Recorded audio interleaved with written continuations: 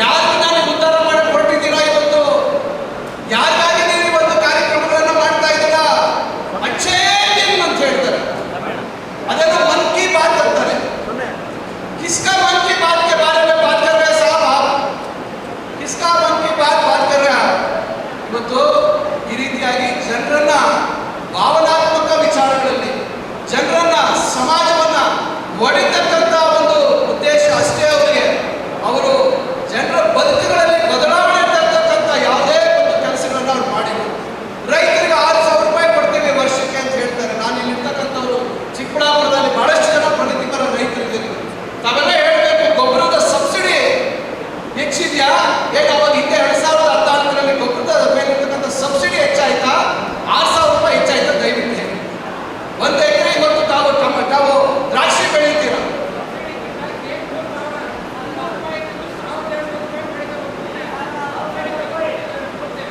ಈಗ ಅಲ್ಲೇ ಹೋಯ್ತಾರೆ ದುಡ್ಡು. ಮತ್ತೆ ಈಗ ಒಬ್ಬ ರೈತರು ವರ್ಷಕ್ಕೆ 20,000 ರಿಂದ 30,000 ರೂಪಾಯಿ ಕಳ್ಕೊಂಡ್ರೆ 6,000 ರೂಪಾಯಿ ಕೊಟ್ಬಿಟ್ಟು ನಾವು ರೈತರ ಪರವಾಗಿದ್ದೀವಿ ಅಂತಕ್ಕಂಥ ಮಾತನ್ನು ಹೇಳ್ತಾರೆ. ಅದರಿಂದ ಇವೆಲ್ಲ ಬಹಳಷ್ಟು ವಿಚಾರ ಇದೆ, ನಾನು ಹೆಚ್ಚು ಹೇಳಕ್ ಹೋಗೋದಿಲ್ಲ. ಇವತ್ತು ಹಿಂದೆ ನಮ್ಮ ವೀರಪ್ಪ ಮೊಯ್ಲಿ ಅವರು 2 ಬಾರಿ ಈ ಲೋಕಸಭಾ ಕ್ಷೇತ್ರದ ಸದಸ್ಯರಾಗಿ ಕೆಲಸ ಮಾಡಿದ್ದಾರೆ. ವೀರಪ್ಪ ಮೊಯ್ಲಿ ಅವರು ಬಹಳಷ್ಟು ಈ ಕ್ಷೇತ್ರದ ಅಭಿವೃದ್ಧಿ ಬಗ್ಗೆ ಚಿಂತನೆ ಮಾಡಿರ್ತಕ್ಕಂಥವ್ರು, ಹಲವಾರು ಕಾರ್ಯಕ್ರಮಗಳನ್ನು ತಂದು ಅನುಷ್ಠಾನ ಮಾಡಿರ್ತಕ್ಕಂಥವ್ರು. ಇಲ್ಲಿ ಒಂದು ಕನ್ನಡ ಭವನ ಆಗಬೇಕು ಅಂತೇಳಿ ಸುಮಾರು 11-12 ಕೋಟಿಯಲ್ಲಿ ಪ್ರಾರಂಭ ಮಾಡಿದ್ರು. 10 ವರ್ಷ ಆದರೂ ಇವರು ಕಾಣಲಿಲ್ಲ ಕನ್ನಡ ಭವನ ಪೂರ್ತಿ ಮಾಡಿಸ್ಬೇಕು ಅಂತ. ನಾವು ನಮ್ಮ ಸರ್ಕಾರ ಬಂದ ಮೇಲೆ, ನಾನು ಪ್ರದೀಪ್ ಅಲ್ಲಿ ಭೇಟಿ ಕೊಟ್ಟ ಮೇಲೆ 6 ಕೋಟಿ ರೂಪಾಯಿ ಬೇಕು, ಇನ್ನು 6 ಕೋಟಿ ಬೇಕು ಅಂದ್ರು. ಈಗ 2 ಕೋಟಿ ರೂಪಾಯಿ ಬಿಡುಗಡೆ ಮಾಡಿಸಿದ್ವಿ ಮೊನ್ನೆ ಬಜೆಟ್ ಅಲ್ಲಿ. ನಾವು ಮೊನ್ನೆ ಕಳೆದ ವರ್ಷದ ಲೆಕ್ಕದಲ್ಲಿ 2 ಕೋಟಿ ಬಿಡುಗಡೆ ಮಾಡಿಸಿದ್ವಿ. ಈ ವರ್ಷ ಏನಾದರೂ ಮಾಡಿ ಅದನ್ನ ಇನ್ನು 4 ಕೋಟಿ ಬಿಡುಗಡೆ ಮಾಡಿಸಿ ಸಾರ್ವಜನಿಕರ ಉಪಯೋಗಕ್ಕೆ ಮಾಡಬೇಕು ಅಂತಿದ್ದೀವಿ. ವೀರಪ್ಪ ಮೊಯ್ಲಿ ಅವರು ಕಂಡಂಥ ಕನಸುಗಳು ಇವತ್ತು ನಮ್ಮ VTU Vishweshwara technological university post graduate centre ಆಗಿದೆ. ಇವತ್ತು ಅಲ್ಲಿ ಇಂಜಿನಿಯರಿಂಗ್ ಕಾಲೇಜು ಪ್ರಾರಂಭ ಆಗಿ 2 ವರ್ಷ ಆಗಿದೆ, ಈಗ 3ನೇ ವರ್ಷ. ನಮಗೆಲ್ಲರಿಗೂ ಗೊತ್ತಿರಬೇಕು, ಬಹಳಷ್ಟು ಜನಕ್ಕೆ ಗೊತ್ತಿಲ್ಲ. ಬರೀ PG ಸೆಂಟರ್ ಇದೆ ಅನ್ಕೊಂಡಿದ್ದೀರಾ, ಅಲ್ಲಿ ಇಂಜಿನಿಯರಿಂಗ್ ಕೂಡ ಇವತ್ತು ಕೋರ್ಸು ಈಗ 2 ವರ್ಷದಿಂದ ನಡೀತಾ ಇದೆ. ಅವ್ರು ಕಂಡಂತ ಕನಸು Sir Mokshagundam Visvesvaraya institute for training master trainers ಅಂತಕ್ಕಂಥದ್ದನ್ನ ಇದೇ ಮುದ್ದೇನಹಳ್ಳಿ ಹತ್ರ ಆ ಕಡೆ ನಮ್ಮ ನಂದಿ ಹೋಗುವಂಥ ರೋಡಲ್ಲಿ ಇವತ್ತು ಮಾಡಿದ್ದಾರೆ.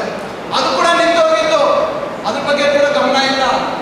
ನಮ್ಮ ಸರ್ಕಾರ ಬಂದ್ಮೇಲೆ ನಾವು ನಮ್ಮ ವೈದ್ಯಕೀಯ ಶಿಕ್ಷಣ ಸಚಿವರನ್ನ, ಕೌಶಲ್ಯಾಭಿವೃದ್ಧಿ ಸಚಿವರು ಶರಣ್ ಪ್ರಕಾಶ್ ಅವರನ್ನ ಕರ್ಕೊಂಡ್ಬಂದು ನಾನು ಪ್ರದೀಪಲ್ಲಿ 2 ಕೋಟಿ ರೂಪಾಯಿ ಮತ್ತೆ ಅಲ್ಲಿ ಕೆಲಸ ಮಾಡಿಸಿ ಈಗ ಜೂನಿಂದ ಇವತ್ತು ಅಲ್ಲಿ ಪೂರ್ಣ ಪ್ರಮಾಣದಲ್ಲಿ ಅಲ್ಲಿ ತರಬೇತಿಗಳಾಗ್ತವೆ.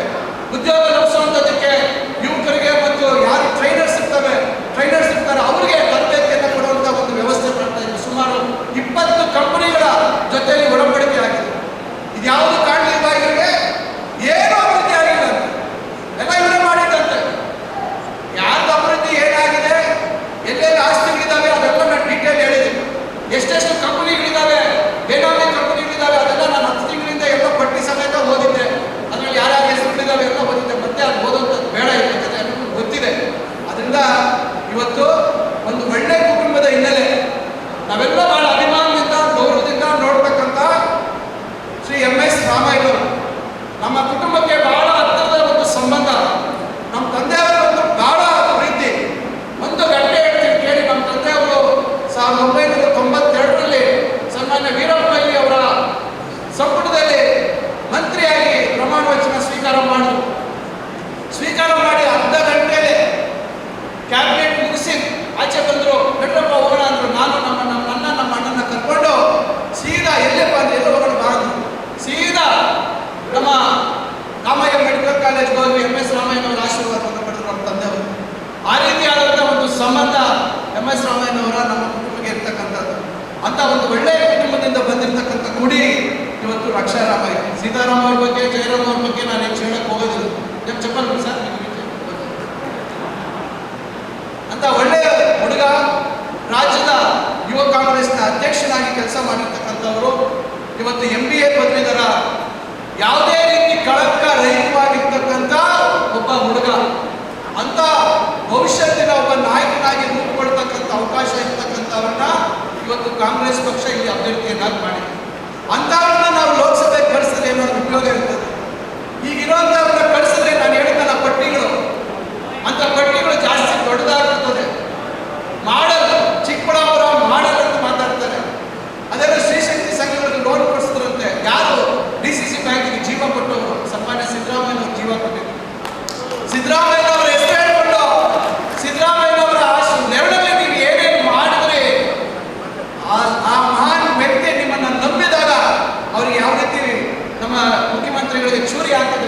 ಇದಕ್ಕೆಲ್ಲ ಉದಾಹರಣೆಗಳಿಲ್ವಾ? ನಿಮಗೋಸ್ಕರ ಎಷ್ಟು ಸತಿ ಚಿಕ್ಕಬಳ್ಳಾಪುರಕ್ಕೆ ಬಂದಿದ್ರು, ಆದ್ರೆ ಅವರಿಗೆ ನೀವು ಏನು ಮಾಡಿದ್ರಿ ಅಂತಕ್ಕಂಥದ್ದನ್ನ ಈ ಚಿಕ್ಕಬಳ್ಳಾಪುರದ ಜನ, ವಿಶೇಷವಾಗಿ ಹಿಂದುಳಿದ ವರ್ಗದ ಜನ ಗಮನಿಸ್ತಾ ಇದ್ದಾರೆ. ಯಾರು ಇದನ್ನ ನೋಡ್ಕೊಂಡು ಸುಮ್ಮನೆ ಇಲ್ಲ. ಅವಕಾಶ ಬಂದಾಗ ಏನ್ ಬೇಕಾದ್ರೂ ಮಾತಾಡ್ತಾರೆ. ಅದರಿಂದ ಹೆಚ್ಚು ನಾನು ಮಾತಾಡಕ್ಕೆ ಹೋಗಲ್ಲ, ಈಗಾಗಲೇ ಸಮಯ ಜಾಸ್ತಿ ಆಯ್ತು. ನಾನು ತಮ್ಮೆಲ್ಲರಿಗೂ ಕೇಳ್ಕೊಳ್ಳೋದಿಷ್ಟೇ, ದಯವಿಟ್ಟು ಯಾವುದೇ ರೀತಿಯಾದಂಥ ವಿಷ ಬೀಜವನ್ನ ಬಿತ್ತತಕ್ಕಂಥದ್ದಕ್ಕೆ ಅವಕಾಶ ಕೊಡಬೇಡಿ. ನಮ್ಮ ಮುಂದೆ ಇರತಕ್ಕಂಥದ್ದು ಒಬ್ಬ ಸರಳ ಸಜ್ಜನ, ಯಾವುದೇ ರೀತಿ ಕಳಂಕ ರಹಿತವಾಗಿರ್ತಕ್ಕಂಥ ಒಬ್ಬ ಅಭ್ಯರ್ಥಿ, ಮೈಯೆಲ್ಲ ಕಳಂಕಗಳನ್ನು ಹೊತ್ಕೊಂಡಿರ್ತಕ್ಕಂಥ ಅಭ್ಯರ್ಥಿ ಮಧ್ಯೆ ನಡೀತಾ ಇರ್ತಕ್ಕಂಥ ಹೋರಾಟ. ದಯವಿಟ್ಟು ಯಾರನ್ನ ಆಯ್ಕೆ ಮಾಡಬೇಕು, ಯಾವುದೇ ರೀತಿಯಾದಂಥ ಜಾತಿಗಳ ಹೆಸರಲ್ಲಿ ಮತ್ತೊಂದು ಹೆಸರಲ್ಲಿ ಯಾವ ಜಾತಿಯವರನ್ನ ನೀವು ನೆಮ್ಮದಿಯಾಗಿ ಬಿಟ್ಟಿದ್ದೀರಾ ಹೇಳಿ.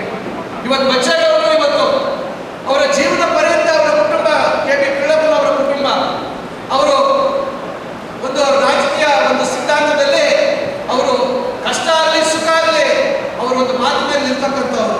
ಇವತ್ತು ಅವರು ಯಾವುದೇ ಕಾರಣಕ್ಕೂ ನಿಮಗೆ ಬೆಂಬಲ ಕೊಡೋದಿಲ್ಲ. 45-50 ವರ್ಷಗಳ ಸಂಬಂಧಗಳನ್ನ ಅವರು ಆ ಕೊಂಡಿಯನ್ನು ಕಡ್ಕೊಂಡು ಇವತ್ತು ಇಲ್ಲಿ ಬಂದಿದ್ದಾರೆ ಈ ವೇದಿಕೆಗೆ ಅಂತ ಹೇಳಿದ್ರೆ ಯೋಚನೆ ಮಾಡಿ ನೀವು ದಯವಿಟ್ಟು ಬಂಧುಗಳೇ. ಇಂಥ ಒಂದು ಬದಲಾವಣೆಗಳನ್ನು ನಾವು ನೋಡ್ತಾ ಇದ್ದೀವಿ. ಬಹಳಷ್ಟು ಜನ ಇವತ್ತು ಬದಲಾವಣೆಯನ್ನು ಬಯಸ್ತಾ ಇದ್ದಾರೆ. ಅವ್ರು ಅನ್ಕೊಂಡಿದ್ದಾರೆ ಯಾರು ಮರ್ತಿಲ್ಲ, ಮರ್ತೋಗ್ಬಿಟ್ಟಿದ್ದಾರೆ ಜನ ನನ್ನ ನಾಟಕ ಅಂತ. ನಿಮ್ಮ ನಾಟಕ ಇವತ್ತು NTR ಯಾರಾದ್ರೂ ಮರೀಲಿಕ್ಕೆ ಸಾಧ್ಯ ಇದೆಯಾ? ನಾಗೇಶ್ವರ ಅವ್ರನ್ನ ಮರೀಲಿಕ್ಕೆ ಸಾಧ್ಯ ಇದೆಯಾ? ಇವರಿಬ್ಬರನ್ನೂ ಮೀರಿಸ್ತಕ್ಕಂಥ ಆಕ್ಟರ್ ಇವನು, ನಟ ಸಾರ್ವಭೌಮ, ನಟ ಭಯಂಕರ. ಹೇಗೆ ಹೆಸರು ಸಾಲು ಮರೆಯಕ್ಕೆ ಸಾಧ್ಯ ಇದೆ? ಯೋಚನೆ ಮಾಡಿ.